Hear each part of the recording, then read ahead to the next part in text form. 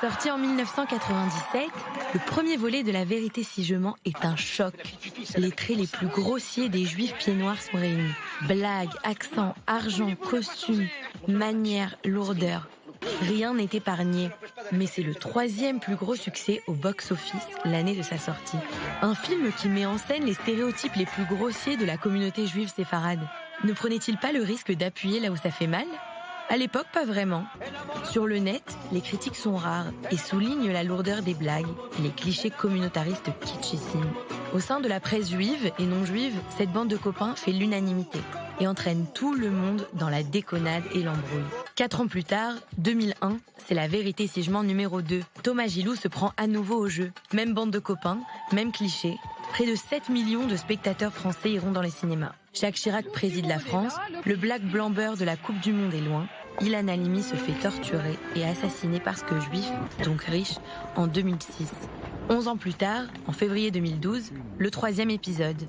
Malgré l'attentat de l'école juive de Toulouse et un épouvantable climat en France, le film attira 4,6 millions de spectateurs. Les journalistes se rappellent l'engouement des avant-premières, les salles comblent et l'effet feel good est réussi. On a attendu ce film pendant 10 ans et c'était vraiment au-delà de nos espérances. Chez Ruquier, on entend Natacha Polony dire qu'elle craignait que le numéro 3 soit encore plus couscous-boulette que les précédents. Audrey Pulvar parle de clichés sympathiques sur les juifs.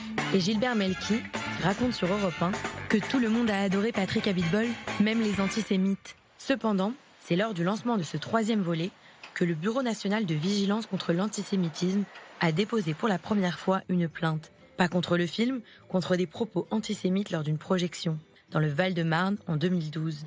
La séance aurait même été interrompue. Un film communautariste juif en 2019 est-il toujours aussi bienvenu alors qu'on a recensé l'an passé une augmentation de 75% d'actes antisémites? Réponse en salle.